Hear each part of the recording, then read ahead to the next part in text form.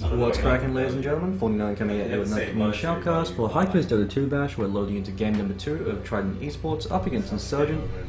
Insurgent, off the back of their offlaner on the Titan Rose on the Tidehunter not being able to pick up his link tag in a timely fashion, really drastically impacted their ability to recover in the mid game because they went for an all-in early to mid game lineup with pretty much every single one of their heroes hitting their peak around the 40-minute mark and sort of tapering off past that point. It was very difficult for them to regain control of the game once they had lost momentum, owing to the fact that you had the ultra greedy 4 position in Sand King, constantly in the jungle, leaving the vast majority of supporting. The power of friendship is left alone against Mule as the offlane puck was the marksmanship aura, making it very difficult for the bench to actually trade effectively to zone out the puck. And so Puck, even though he's actually a much more greedy offlaner than the Tide because he doesn't have the methods of recovery that the Tidehunter has, doesn't really have the same ability to instantly provide utility for his team or to be able to recover through neutrals or ancient crypts the same way Tidehunter can, able to capitalize off the greedy effective duo lane of Insurgent. So this time we're going to Necrophos, first time coming up from Trident Esports. This is much more conventional as far as the metagame is concerned, as Necrophos, as I mentioned in the prior cast, while he's actually very weak when it comes to late game, unless he's incredibly farmed, he is absurdly overpowered when it comes to the ultra late game, just due to the fact that the Reaper Scythe with the Axiom Scepter being able to disable buyback, he could single-handedly win or lose a game off a Reaper Scythe in the 60-minute mark. It makes it very frustrating to play against. So a lot of teams do ban out the Necrophos, especially owing to a lot of hero synergies such as the Necrophos Wisp, which is something that Team Secret like to experiment with. So in that case, you actually forego Sadist and just go for all-out Heartstopper Aura, as well as the Death Pulse to play maximum YOLO. And Voca ban once again coming up from Trident, so it could actually just be a respect ban coming in from them. Maybe they just don't like playing against the Invoker. Otherwise, it could be once again to open up the draft.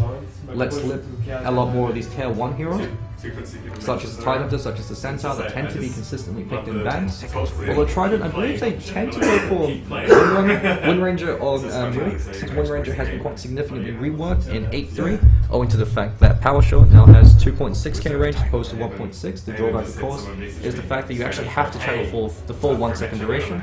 And prior iterations of Wind Ranger's Power Shot, you could actually wait to 0.7 seconds, and it actually would make zero difference. It was purely cosmetic, so that's owing back to the Dota 1 coding. So now, with the fact that it's being reworked to 2.6k, you actually have to wait for the full second, but it's not too big of a deal considering you now have much more margin for error. You can actually wait the full distance, you now have much greater area of influence for Wind Ranger to affect the state of the game. Naga Siren, first pick coming up from Trident, most likely going to be mid-position Naga. You do see safe lane Naga Siren if you really want to make sure that you can get that radiance by the 14-minute mark, but most likely Naga tends to be run in that mid lane. Naga has received quite a powerful buff in the recent patch just due to the fact that Diffusal Blade no longer has a unique attack modifier, and Diffusal Blade, of course, is going to be a very powerful pickup on the Naga. Although that being said, also has received quite a potent nerf, with the fact that the illusions deal 25% less damage to towers. Faceless Void first pick coming up from Insurgent. They actually opted to ban out Storm Spirit. Storm Spirit's about a tier 3 hero. You pretty much never picked or banned him unless you have a very specific lineup in mind or have a very specific hero in mind, such as Tinker. Back in the TI4 era, you used the best teams to ban Storm Spirit because of their pick up Tinker, and Storm was one of the best counters to Tinker since you could find him in the tree line. Pull him in, he's got invulnerability while he's balling, and so the March of Machines isn't going to prevent him from doing anything, and then once you find him to kill him. Storm Spirit, the reason why he's not really picked up too often or is only picked up in certain niche lineups is because he's incredibly greedy as a mid lane hero. He's basically a semi-carry that you send in mid that can gank, and if he does gank, if he is successful with those ganks, everything's fantastic. But if those initial ganks aren't so successful, you're actually losing so much momentum that's actually worthwhile for Storm, much like a Shadow Fiend, to not gank a lane unless you guarantee a kill and just sit there in the mid lane and just passively farm. Just due to the fact that you have to get your Orca timing ASAP, and Storm Spirit will eventually hit a point once BKBs come online where he actually becomes very ineffective. We've got the Queen of Pain ban coming out owing due to the fact that you've got a Naga Siren, so the Scream of Pain. The Sonic Waves are now that's being reworked, does pure damage, will completely decimate those illusions. It's the reason why whenever you pick up an illusion-based hero like a Chaos Knight or a Naga Siren, you used to ban out the Queen of Pain back when she was considered to be a reasonably powerful hero. Now she has been seeing a little bit of a resurgence with the Sonic Wave rework, as well as the fact that Shadow Strike is a lot more potent now. I believe they've buffed the casting range as well as the cast point, so Vengeful Spirit pickup coming up to Trident once again provides you the ability to pull your carries. It's a get out of jail free card. You trade in your support in exchange for your one staying alive. And we've got an Omniknight Faceless Void combination coming up. These two heroes actually don't really have too great synergy. I mean, I suppose you've got the Repel that you can apply on Faceless Void to act as a free BKB, but the weakness of that is the fact that Omniknight's usually used traditionally as a counter to Faceless Void, because when Faceless Void leaps in, waves his hands around for that Chronosphere, Omniknight can press R for the Guardian Angel, suddenly the Chronosphere is wasted. Omniknight can also be used. It's a bit of a fool's gold gambit against the Naga Siren, because if you provide that Repel on Faceless Void, Naga Siren simply presses R next to Faceless Void and the rest of your team beats on him. So Void's going to be the only one awake, the rest of his team's asleep, and so it actually can backfire horribly, and Omniknight's biggest weakness conventionally is the fact that he's an incredibly greedy 4. So once again, Insurgent Esports having the trend of picking up greedy 4 position heroes and being a little bit punished for it. We've actually got a respect ban with the Puck. So that's it. I mean, Puck is still a very powerful hero with the state of the game, since you've got both Naga as well as the Puck. So Puck can create space, force these early skirmishes while Naga does her thing.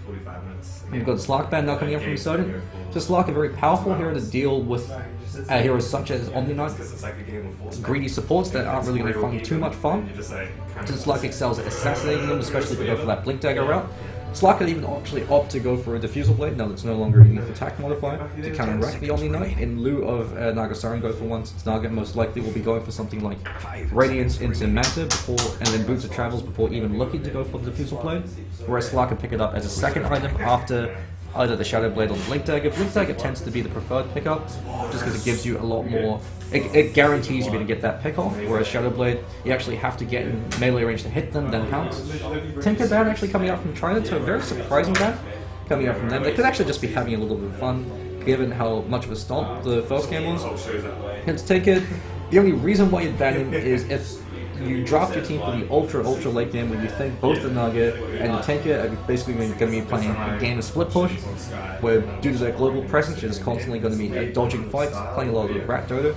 Otherwise, Tinker in the 8-3 meta, not really that powerful, has been pretty much nerfed to the ground with the fact that Ethereal Blade no longer makes yourself ethereal when you use it, as well as the fact that instead of an instant cast, you now actually have a projectile you could disjoint, and due to the fact that every support and their mother now goes for Yule Scepter, Ethereal Blade loses a massive amount of his impetus, which was the fact it instantly shotguns him down, start a fight 4v5. If you see the projectile flying towards you, you'll Scepter yourself in the air, very easy to dodge. Suddenly Tinkers is sitting there looking like a bit of a fool, stand around and blown to pieces, as well as the fact that Dagon, the mana cost, used to decrease as you upgraded it, now it remains static. And it doesn't seem like too big of a factor, but it actually stacks up quite quickly, especially since Tinker is a hero designed around the efficiency of every rearm cycle. So you want to get a set amount of mana before you scale up your rearm, just to make sure that you're getting as much bang for your buck as possible. And since Dagon is always going to cost a static 180 mana, it effectively cuts out an additional rearm cycle once you pick up level 2, level 3 rearm. And so it does drastically increase your overall DPS. Jakiro now being picked up by Insurgent. Jakiro synergizes fantastically with the Faceless Void. You've got the Cronus Phantom Macropire. Jakiro also is a very powerful offlane, it's difficult to dislodge. That mass AoE being provided with the Dual Breath, the Ice Bath, and the Macro helps you deal with the Naga Siren illusions. Since Macropire is one of those ultimates where you don't really care if you use it to clear out a creep wave, it's not really that big of a game changer. It does give you that solo pick-off potential with the Yule Scepter, but otherwise, you're more than happy to throw it out to kill out creep waves. So it's a great way for Insurgent to be able to defend against Naga split pushes. If you see a big creep wave, burying them in lane, Jakiro stands his ground, throws at the Macropire, stops the lane push cold. Shadow Fiend now actually being picked up by Trident, so this is a bit of an interesting pickup. Trident looks like they're actually just having fun with the game now, since both Naga and Shadow Fiend, you really can't afford to go for double greed. Shadow Fiend's one of the greedier mid heroes that you could probably pick up. Aside from, I suppose, the Invoker and Naga Siren, of course, probably the greediest one. He's going to take farm from not only all 3 lanes, but also from your team as well. It means that if you draft a Naga Siren, you tend to draft 4 other heroes that only need a set amount of items to really be effective, to basically hold Naga Siren's hand, much in the same vein you would if you drafted a Tinker. So for instance, MVP Phoenix, I think they drafted something along the lines of Earthshaker, Rubik, Tinker, with the Elder Titan, and I think the offlane might have been a Clockwork, so the sole objective was for everybody just to hold Tinker's hand. And it worked to perfection because you had so much damage being outputted by Tinker that the rest of his team could basically just act as bodyguards to just lock people in place with stun bots, and Tinker would just walk around killing everything that moved. Now we've got an Elder Titan, so we are going to be seeing Naga as a 1, Elder Titan as a 3, and Shadow Fiend as a 2. Juggernaut pickup now coming out from Insurgent. Juggernaut with the +6 agi being given to him in this patch actually is semi-viable as a mid lane hero. I mean, Juggernaut always was run from time to time as a mid, especially I believe it was the TI2 era when it first started to be picked up, due to the fact that you've got a reliable way to clear out the creep wave. So you need to go for room control. Once you pick up 6, you pretty much get a free kill. And Juggernaut, he's got reasonable base damage now with +6 agi, much more viable in that mid lane role since it's an extra point of armor. Effectively, as well as the extra bonus damage because Juggernaut in that mid lane. I believe you usually start with Poor Man's Shield. They might have changed it now that he gets that free 6 agi. But if you do start with Poor Man's Shield mid as Juggernaut, you've got a significant base damage advantage since Juggernaut's got an excellent base attack point. Venomancer ban now coming up from Insurgent Esports. Actually completely baffled by the Venomancer ban considering they've got the Omniknight with the repel to purge it off. The only ability you won't purge off from Venomancer is the Nova, but since you've got the heal and the 12-second repel, Nova isn't really going to be too much of a factor. Jakiro's tanky as all hell. Juggernaut has the spin, so he can actually dodge most of the damage coming in from the Nova. It won't actually purge off the Gale. I think Gale as well might actually persist through repel. So I suppose, the only reason why you'd ban out Venomancer is if I suppose if they didn't have the Omniknight, it would actually be a fairly worthwhile ban. Since Venomancer, when he is picked up, it's almost always as a core position, just because you get a lot more benefit from Venomancer getting farm. Since Venomous Nova, the Poison Nova does have a static scaling, and so the faster you get it, the more effective it is, especially if you're able to synergize it on top with the Aghanim Scepter and the Veil. And we're going for an Axe, so Insurgent Esports, going through some fun picks. Trident Esports as well, looks like they're going to be having a bit of fun. They actually ban out the Ember themselves. So it will be interesting to see what their 5th and final pick is. They do have a lot of reserve time. So they've got 49 seconds of reserve time, so Trident Esports, channeling the RNG god. It will be interesting to see what they do decide to go for. They need one more support for their team to work, unless they decide to run Naga as a support. In which case they could go for an incredibly aggressive melee carry. I suppose Knights has been actually being disabled by the Axe pickup, since Axe does very well against Knights. With that being said, how are Insurgent going to lane this? I suppose you're going to have the Juggernaut going mid. Void can also go mid, but with all the nerfs he's received, especially through the Chronosphere cooldown, which is what really prevented him from being a mid-viable hero in the 8-2 meta. Or if he is, you run in the mid lane, it's almost entirely dependent on how badly the enemy team plays. Since you've got basically 120-second Chronosphere to work around, you have to get a kill every single time and not die for a mid-void for it to be worthwhile. Otherwise, there's so many other heroes to go for instead. And Trident, they pick up a Phoenix. So we could be seeing a Big Daddy No-Tail style 4-position Elder. We could also be seeing a Naga Siren being run as a support, most likely going to be Naga as a 1. Venge and the Elder as the supports, and Phoenix as the offlaner. Phoenix also has been run as a support in the past, but I think it was Team Secret. Poppy tried running him as a, I think it was a 5-position rally, not too sure how well that worked out for them. I think he prioritized Sunray above all else, just to provide that benefit for the rest of his team. Looks like we are going to actually be seeing what looks like a mid-lane Naga Siren, as Jellysickle tends to be the mid player for their team. But introduce the players from Trident. We've got Jellysickle. What I believe is the mid lane Naga Siren. Vanagra going to be the safe lane Shadow Fiend. Gatekeeper as the 4 on the Elder Titan. Mule going to be the 3 as the Phoenix. And KQT, the captain, going to be the 5 as the Vengeful Spirit over the boys of Insurgent. We've got Tilbel. So we could be seeing a mid lane Axe if he resumes his player role from the last game. Nathan Rav as a 4-position Jakiro. Viserion as the 1 as the Juggernaut. Peza, who I believe is actually a new player that might have subbed in, going to be the 3, and Power of Friendship as the 5 on the Omniknight. Since Juggernaut, Faceless Void, he has the potential to go in the offlane. Juggernaut, you can't run in the offlane at all. There's no real effective benefit of running Juggernaut in the offlane. Since his only way he doesn't have a way to find farm, he doesn't get immediate benefit from hitting up 6, since you have to find someone on their own for the Omnislash to be worthwhile. And even then, there's still an element of RNG there, and Juggernaut does taper off quite quickly if he doesn't have items, whereas Void at least provides that Chronosphere, which is always going to be relevant at all stages of the game. But even then, Faceless Void as an offlane hero has completely tapered off ever since the nerf to his Chronosphere, with the no longer disabling passives, as well as the fact that the cooldown's been increased drastically. It's 130 seconds, so it used to only be 110. Back then, Faceless Void as an offlane hero was viable because it still disabled passives, and so teams like, I think it was Evil Geniuses that popularized the Faceless Void in offlane. You could run it against very greedy offlanes that didn't have a lot of threats that deal with the Void.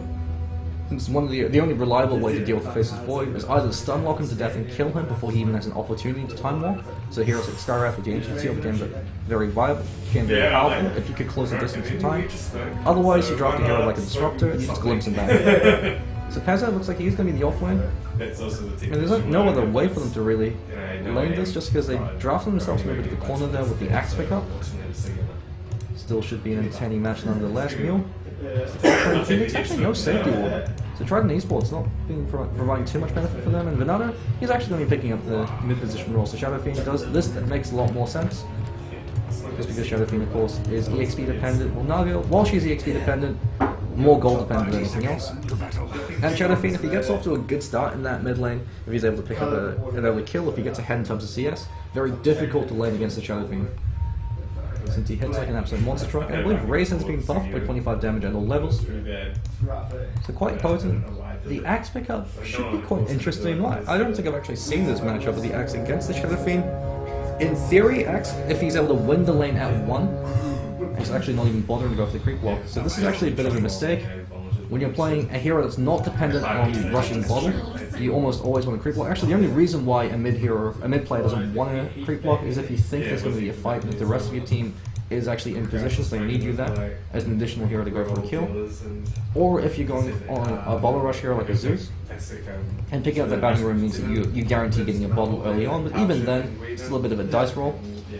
The Toolbelt has to play incredibly aggressively at 1 in order to control this lane. If he's not able to do so, then now he pretty much gets a free win. Of course, the weakness of Axe is because of his counter helix, he is going to push his creeps into that deny range for Venado. So we've got a little bit of lag coming up from Power of Friendship. Hopefully should be resuming with Siren. Going to go for the 4-man shield as early as possible. Players tend to actually forego 4-man shield and Juggernaut just because you do have such excellent armor and go instead for the Ring of Jakiro. 4-man shield against the matchup with the Phoenix probably would make a little bit more sense since you're going to be receiving a fair amount of token and prodding, especially with the Fire Spirit and Mule. Playing it as he is, holding onto a skill point for now, so this is the right decision to make. If he feels like he's not at threat from the Jakiro that went for Liquid Fire at 1, as well as the Omniknight, actually he doesn't even need to go for Icarus Dive at 1. Should probably actually look to go for Fiery Spirit, so he can start zoning up Siren, maybe force him to pop a Blade Fury to keep himself alive, if you can get with landing them. Well, KQT, very aggressive ward being placed, not only gives you vision of wherever the hell the offlaner is, also gives you vision of the tail 1, so you know when supports are coming in to help, when rotations are potentially happening, and Pezza hasn't had a chance to place the safety ward, he's not going to have an opportunity to, or if he does, it'll be spotted out, so they should be able to quickly de-ward it. KQT playing incredibly aggressively, Jelly Sickle, Naga doing her thing, actually holding onto his skill points for now. You usually go for you usually go for E at 1 to the Riptide. In some cases, if you think a hero could potentially has an escape mech, you want to go for Ensnare, so Ensnare will disable the Time Warp from being triggered from Pezza. But otherwise, Ensnare, the Riptide at 1 is almost always going to be a lot more effective. Mirror Image at 1, probably never want to go for it unless you're using it specifically to destroy an ability. But even then, it's always a bit of dice. It's always a bit of a dice roll. So Gatekeeper, he's going to be one stacking and pulling. Elder Titan, the reason why he works as a 4 is the fact that they have actually buffed the natural orders, and now it decreases a lot more armor and magic resistance at earlier stages. And so you basically use them just to strip resistance from enemy heroes. Could actually even opt to just go for 1 point natural order, especially now that they've rebalanced the scaling, and go for earlier points in the Echo Stomp, provide yourself a bit more utility. That I believe tends to be the build that Big Daddy No Tail. It's the one that really popularized the Elder Titan in the 4 position role. And Venado in that mid lane matchup actually completely dominates a tool belt. He's designed to win the mid lane matchup at level 1. If he doesn't, he outright loses. And looks like that's going to be what's happening. Is Venado more denies than last hit? Denies are always a lot more important. Now it looks like things are stabilized. But Venado, since Shadow Fiend got such awful base damage, while it seems like it's reasonably even, Shadow Fiend's always going to get more benefit. Now it's going to be much more difficult for Toolbout to recover that lane. Because you've actually given Shadow Fiend a free lane of experience, so he's actually got full Necro Mastery charges. Good luck actually trying to outlast it or deny the Shadow Fiend at this point. I mean, the nice thing about Axe in the mid lane is if Venado's ever caught in the position, Axe can instantly go in and apply some amount of pressure. But of course, the drawback is if he waits too long, if he waits until level 3, which he has, Venado could actually go for a kill attempt. He can triple raise him as Axe runs towards him. Well, that being said, I suppose with the passive regen, Axe has a lot of advantages going to his favor. If Venado putting himself in a favorable position since Axe, much like the Viper, tapers off very quickly, although even faster than the Viper, since Viper at least provides you the utility with that Viper Strike. Axe, you Jesus for 20 minutes, so you have those 20 minutes to try to do as much damage as possible. If you're not able to secure a good enough position for your team or get a lot of kills early, you taper off very quickly, so much like VM Dying. You have that limited window of opportunity for you to really make an impact in the game. before you start to become obsolete. If you don't snowball quickly, you do lose a huge amount of impetus. I mean, Axe's biggest strength is the fact that, much like a Disruptor, when you try to retreat against an Axe, you're always going to be taking one more casualty. Against an Axe, you could actually lose your entire team. Its Culling Blade will reset its cooldown if you kill somebody with it. Looks like Pezza duking out with KQT. Safety ward's been dropped. That was spotted up by KQT, I believe. So they should actually, they don't have a sentry on the list for now. But Gatekeeper actually picked himself a double damage. He actually has gone for an early point in the Echo Stomp. Might look to go for a point in the Natural Order at level 3. Since Ancestral Spirit, the damage scaling only goes up by about 40, I believe, per level. Not 30, actually, it's even less. It's not actually too worthwhile. The main benefit for Ancestral Spirit is to set up for the Echo Stomp or the Natural Order. The damage is not going to be too relevant when you're playing him in that support position role compared to the offlane. So you affect more for the Echo Stomp and for the Natural Order. Toolbelt actually going for a bottle despite not going for any points in Battle Hunger. It's a very interesting Axe build. Axe without, if you're not going for points in Battle Hunger, bottle doesn't make any sense. Because the only ability you can be spamming out is the Berserker's Call, and at this point, if you try to go into call range, you're going to kill yourself. Because you're not going to do enough damage to kill Venadamon in time. Venadamon can stand his ground and just raise you to the ground. Looks like another pause happening. He's with a disconnect. Venado. He's actually very close to level 3 raise. KQT's coming up from the side. This actually should be First Blood in the mid lane. Also have Gatekeeper. So I'm not too happy with that pause. But Tilbelt should be taking a death there. There's no real way he could escape unless they happen to Magic Missile stun a creep. And then Gatekeeper just kind of walks around and starts hitting KQT. Otherwise, Tilbelt should be taking a death there. Venado easily should be able to land. He only needs to land 2 raises for it to be a kill, especially with the Magic Missile and the right click damage coming in. Doesn't have a point in that Natural Order though. So you've got the follow-up of the Echo Stomp as well as the Magic Missile. If they wanna, if you had a higher HP pool, you could do that to position Venado. Otherwise, in this case, you just throw everything you have and them should be enough for a kill. So we've got some emoji spamming happening. And there we go. Power of Friendship has reconnected just in time to see his friend die. A little bit of smack talk coming out from the teams. We should be seeing First Blood in 3, 2, 1. Venado, easy kill. And when you give a Shadow Fiend a First Blood 3 minutes 40 seconds in the game, you're putting yourself in a very dicey situation. We've got Flying Courier now coming out towards him. Tranquil Boots is actually up on Mule, so Mule, spam out with Fire Spirit, is actually camping the rooms, so doing everything an offlaner should be doing. Especially since if you pick up that bounty room, you make up for the CS you lose in lane, in the experience. If you don't pick up a bounty room, then you now have the way to actually leverage control of the lane for Siren. Opt to go for a point in stats and a point in the healing wards. Wants to play aggressively, but there's a haste and an Icarus dive available. There's absolutely nothing you can do. Mule could actually go for a kill on Nathan Rav. Nathan Rav has nothing. He's got the Ice Path. Probably going to whiff it though since Jakiro turns like a Mac truck. Heads like a bitch, not really going to do too much. He is just going to back himself away. And Mule, that haste rune's wearing off now. Baits out the Blade Fury. And this area now puts himself in a bit of a dicey situation. He did go for that point in stats to ensure that when he picked up 6, he could Blade Fury as well as Omni Slash. But of course, the weakness of it, especially with the fact that crit on Juggernaut, he's actually got the best crit in the game at all levels, apart from the coup de grace once you pick up level 2 and level 3. Juggernaut's Blade, actually, it's only until you pick up level 3 coup de grace that it's more effective than the Juggernaut Blade Fury in terms of statistics, just because you have such a higher chance of it proccing. So you do see a lot of players actually opt for an early point in the crit, since I believe they buffed it at level 1 now, so now it's 20%, it used to be 15. So a lot of players now tend to go for a point in crit at 4, and a point in the healing ward and just pick up a bunch of stat items at the beginning to make sure that they have enough to go for the spin into the ult build. So that's why you tend to see Wraithband built on the Juggernaut as well as the Ring of Aquila, since both these items, since the Ring of Aquila is basically a very cost-effective builder from that Wraithband, and you need that Wraithband to ensure that you can spin as well as throw out the Omni Slash. Venado in the mid lane, doing his thing. Actually might be the fun to kill on Toolbelt. He's hitting like an absolute monster truck. This is what Shadow Fiend excels at. If you lose the lane, if you feed a single kill to Shadow Fiend, it's so difficult to recover. It might actually be damn nigh impossible unless you're able to kill him in return. Since Shadow Fiend, if he gets to a good start, he's actually the fastest flash farmer in the game for the first 22 minutes. Bar none. Mule, Dookie Nuggets Power of Friendship. The Omniscient says no though with that repel. But that level 1 purification, not really going to be too handy, and Mule, he still has the Echo's dive. Does get caught in the Ice Path though, actually overestimating his capabilities. Now caught inside the creep line, and the Centaur smacking him down. The weakness of Phoenix, of course, is until you get Tranquil Boots, you've got 0 armor. They find another kill in the mid lane, so all that was happening. It's like Magic Missile into a couple of razors. And Juggernaut, he finally finds a kill, so it looks like he used the ultimate there. So Juggernaut doing what he does best. find a single hero, press Q, press R, and you skill blade him down.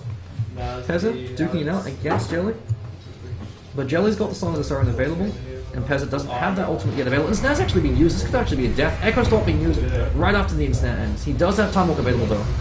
So unfortunately they didn't have KQT, otherwise it would have actually been enough for a kill. Actually no point in the natural order. The Gatekeeper going for a second point in the Ancestral Spirit because you're playing a support position Elder. Disagree with the skill build, doesn't actually give you that much value. Because A, you're not going to be close enough to hit them enough times for you to get enough value from the damage you gain. And the damage difference you provide the rest of your team from going for that early point in the natural order is so high, there's no point for you to actually not go for it that early on, especially since you know you're going to be reasonably EXP starved. But Pezza actually opting to go for a second point in the backtrack. So usually the offlane faces Void, you either max E or you max Q. Those tend to be the two most common builds and the most effective builds. Since the second point in Q is all you need for you to time warp from out of enemy line of sight during nighttime. Also slightly raises your chance of survival, so the second point tends to be the most effective. While I say that, KQT diving like crazy against Power of Friendship, diving almost to the tattoos. Nathan Rav doesn't actually have enough mana to do anything. Viserion running in with that blade through though, not actually blade throwing anything. He actually wastes the vast majority of that. KQT might stay alive because of that, and never mind, Toolkit's there. Tillbelt whacks him down. Looks like Power of Friendship, Power of KS, he is able to find that kill. They have actually stacked that hard camp, so that would be a great way for Viserion to recover. Viserion, blade throwing is way too early. I suppose the rationale behind it was he didn't want to get magic missile. But since Blade Thrower is 0 cast point, you usually can't afford to wait until you see the missile fly out.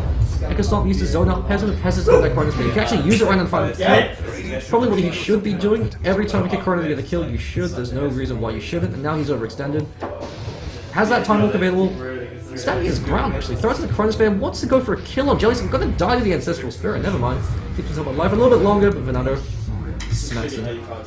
It's a very interesting decision making coming up from Pezza. He did the opposite of everything he should have. So he's like the opposite of Batman in the last 10 seconds. He should have thrown out the Crow's Fair, gone for a kill, backed himself away. Or instead of choosing to chase, he should have instantly disengaged, knowing that support was rotating in. Especially since he had that pseudo safety ward there.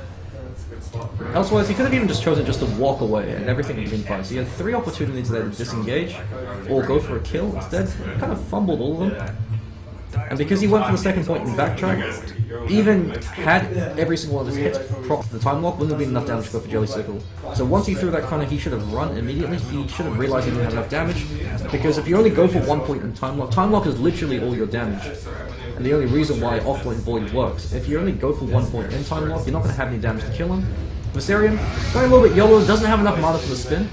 Looks like he's going for the Aghanim Scepter Rush. The weakness of that build, of course, is it has an expiration date. You have to get it, the Aghanim Scepter, by about 16ish minutes. He could actually be taking a death there. Imagine himself going to use the Healing Ward, keep himself alive, and actually ensures he stays alive. Healing Ward OP, Gatekeeper smacks it down. Nathan, going to take out that frustration on the 20-headed dragons, back himself away for now. The TP support coming in from the Omniknight, the Power of Friendship at the back of his body. Gatekeeper, Echo Stomping like a boss, but the Omniscience says no as he's got that repel to keep himself alive. And now Nathan Rev finally gets cleaned up. Gatekeeper actually standing his ground against Power of Friendship. And the Venado one just raises him down. Now Toolbelt coming in, Toolbelt instantly stunned by KQT. Wants to go in for that call, doesn't like the call on Venado. Should actually be able to find the kill, one more right click, then the dunks, there we go. He dunks him and then dunks. So, interesting turn of events. He at least ended the spree, so he does give himself a huge amount of experience and gold for that. But Viserion should have actually backed himself away instantly. He had no backup there. I guess he underestimated his mana pool. He thought he could spin and then Omnislash is the only reason why you Blade Fury aggressively like that. Once he realized he did it, he tried to back himself away. Unfortunately, I believe he lived, but he got his teammate killed. They did at least end the spree of another one. Looks like he did go for Midas, so the RTZ build. When you go for greed, you might as well double down on it. Jelly Sickle going to be taking a death as Pezza. Just throws him a freebie. Well, that's with 1 point in time lock. So sitting there about half HP, then gets time locked to the ground within that chronosphere. Because the only reason why the offlane Void works is that you get so much damage from time lock if you max it, since you're getting 140 every time that procs, since magic damage. So it's going to be more effective than physical damage early on, because he's only got 1 point. Every time it procs, he's only getting 80 damage, and so he's got about 10% chance for the procs. It's not really worthwhile. Eats a magic missile, doesn't have enough mana to time walk. You can actually tread switch to ensure you can time walk. So Pezzo shouldn't be taking a death there. There we go. You're still a little bit of zoning. Actually opting to prioritize Icarus dive as opposed to going for a point in Sunray. You usually actually only see 1 point in Icarus dive, then you go for Sunray. Venado gets Omni Slash and then gonna get spinned. Should be enough for his death. The Siren, yeah, he finds it. Mule comes in, wants a little bit of vengeance, and Silbelt uses that Babel Hunger to just zone him out for now. Mule actually going in against Viserion should be able to find the kill. Viserion drops a healing wall, he'll be alive. Never mind. He just feeds. He could have dropped a healing wall, TP'd on out, and he would have been okay. Healing wall to actually out heal the damage or ensure that he won't take any damage as long as he's within the healing wall AoE. Not going to be too happy with that one because he does scream what the fuck. So there it looks like there's a route fail. Tilbelt could be taking that. Should actually be able to find a kill on Gatekeeper. There we go. Fiery Spirits overpowered. He's going to try to throw himself to Roshan. Looks like he does, so Roshan. Christmas comes early for him. Well, late, since we are in January. Better late than never. KQT going to go for a kill time. He actually swaps Pezza to ensure he can't time walk, so now if he does time walk, still puts himself in the questionable position. And Pezza, he's going for the max time walk call, so that's if you think the rest of your team has enough damage that all you are is an ult bomb. In this case, your team actually doesn't have enough damage to follow through, just because you've got a melee core, the Juggernaut is not going to do anything inside the Chronosphere apart from Omni. Axu can't do anything inside the Chrono. And you've got a 4 position Jakiro that doesn't even have Macropie, is about to die. It's a very questionable decision making coming from Pezza. In that case, because you've got so many melee cores, A, you don't draft that many melee cores with a Juggernaut to begin with,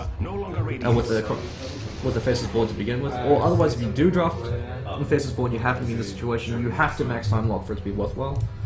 Because you're gonna be the only form of damage inside that Chronosphere. You can't rely on the rest of your team because your Chronosphere prevents them from doing anything. Jelly Cycle, using that Song of the Siren, has actually picked up the relic. So usually the optimal time for the Naga Siren Radiance is about 14 minutes. I think you can get it at 11 minutes if you get a kill and you don't die. So it's about on par, all things considered, since he's taken that death. We have a look in terms of net worth. Bernardo leading the scoreboard. With that hand in mind, he's not really being punished. The only 2 deaths he's taken is when it's just YOLO under control. So Bernardo going to be going for that Shadow Blade. The amulet now has been quite heavily buffed. You can actually use it. It won't turn you invisible. You won't stop moving until you turn invisible, so you can use that to do some juking mind game shenanigans. The reason why Midas works so well with Shadow Fiend is because you already have other classes to fight from the game. Well, I say that, Nathan Rose. He get punched down by Gatekeeper. Staple Gun of Justice, not going to be enough though. Looks like Viserion, now going to be stunned with the Supernova and the Magic Missile. Throws on that Omni Slash, goes in the creep wave. And Jelly Sickle gets some revenge. Well, that happens. Gatekeeper punches down Jakiro. It's not too happy with his TPS report. And with them grouping up, Tier 1 should be taking a death there. They do have Fortification available. The Power of Friendship on the zone. He does have Guardian Angel, but he can't really do anything. Pezza can try and rotate in. He doesn't have Mask of Madness, and he doesn't have enough points in time lock for him to reliably kill somebody. So should be taking a death there, losing that Tier 1. They do fort because you get it for free. But it's a little bit more time for Pezza. So he's going to be the saving grace for the rest of his team. If he's able to find a Mask of Madness and try to tone these fights around some huge Chronospheres. It's the only way that Insurgent can really recover against Trident. Otherwise, Trident, their lineup's only going to get stronger the later the game goes. You've got Naga, Siren, and Shadow Fiend, 2 very powerful late game heroes. Both their supports maintain their relevance into the late game. Looks like Siren, he's going to be the one that's going to be jumping. Jelly Sickle doesn't have the Song of Siren available. They do swap him and then snare him. Siren doesn't have that Omni Slash available. Pezza comes in at about 100 HP. Just throw a Chronosphere. Gets a good Chronosphere. Gatekeeper should be taking death. Bones alive inside. Guardian Angel keeping himself alive for now. Tilbelt running against Jelly Sickle. Jelly Sickle goes in. Mule, he gets dunked into the ground. So Mule usually the one doing the dunking. Ice Path unfortunately whiffs. It looks like Jelly Sickle should be able to live while that's happening. KQT drawing fire. Trying to sacrifice himself to the neutrals, and they're not too happy. And this area just cuts him down. Jelly Sickle fleeing. It's an absolute disaster. The boys in Trident, they throw 3 for nothing. Bernardo though, he throws a Requiem. This team takes out half his life. One more right click should be enough. So they are now aware this is Shadow Blade on the Shadow Fiend, so now support's going to be eating that invisibility tax. Gatekeeper standing his ground against the axe, although he does eat that coal, should be taking a death there. Dunks down through him, Toolbelt doing what X does best. Looks like he's got his Blink Taker flying out to him. So Toolbelt is saving grace for his team, actually making sure they did so well in that engagement. The only reason why they were able to take 4 is because you got the Cutting Blade movement speed to make sure that you can keep dunking people down as they retreat. Much like playing against a Disruptor, you have to account for more casualties when you retreat against the Disruptor or against an Axe. It's the reason why a lot of At East, Cis teams like drafting Axe or Disruptors because it suits their very aggressive playstyle. If you're always fighting, you get more bang for your buck when you fight because you're killing more people. So they try to back away.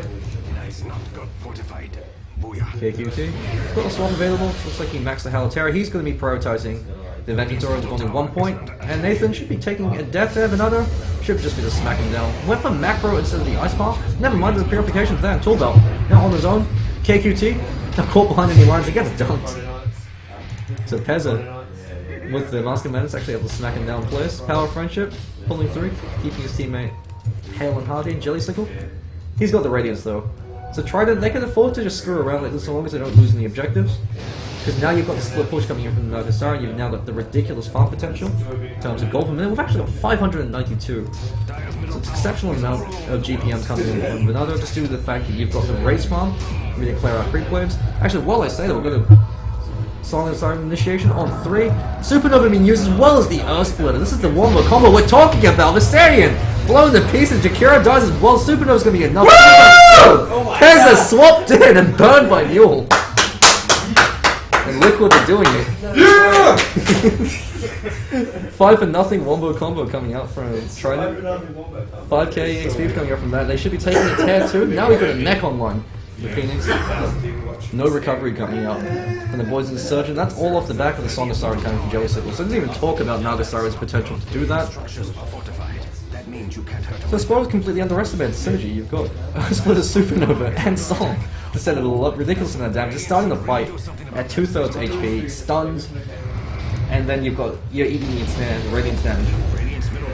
Power of Friendship gets slept, gets woken up to by the Spirit. They lose a tier 2 for nothing. And Trident, they know that the game goes late, it's already in their hands, so all they have to do is not lose at this point. Insurgent, their lineup was dependent on securing the early game and the mid game, especially with the Axe. Axe actually has been doing very well, the rest of his team not really too crash on. And now you've got Bruce Travels in the Naga Siren. So good luck catching her, you've got to get out of jail free card with Song. So you just press R, BOT back home. They're going to take a free Roshan. That's something you could do with the presence of the Dark Lord from Venado.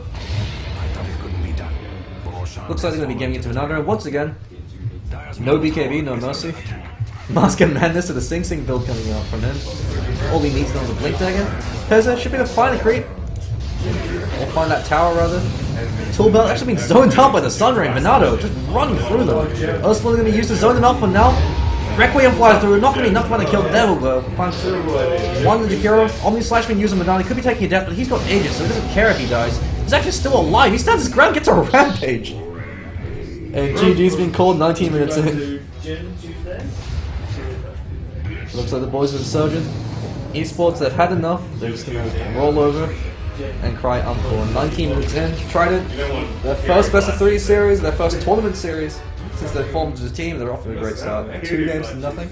Both games in the, I think it was about 25-30ish minutes. So Trident Esports, the issue really lies with the strategic drafting from from Insurgent, sorry, the fact that you drafted the Faceless Void with the Axe and the Juggernaut. The only melee core you could draft with the Faceless Void is going to be the Ember Spirit, and that's because you're just going to be slating. So that looks like it. Team Trident take their first best of 3 series, 2-0. So that should be it for tonight. If you've enjoyed tonight's cast, we will be broadcasting a best of 3 series every night around this time for the next couple of days until the weekend. I think Saturday is when the finals are on. So otherwise, thanks for watching. Stay tuned for more.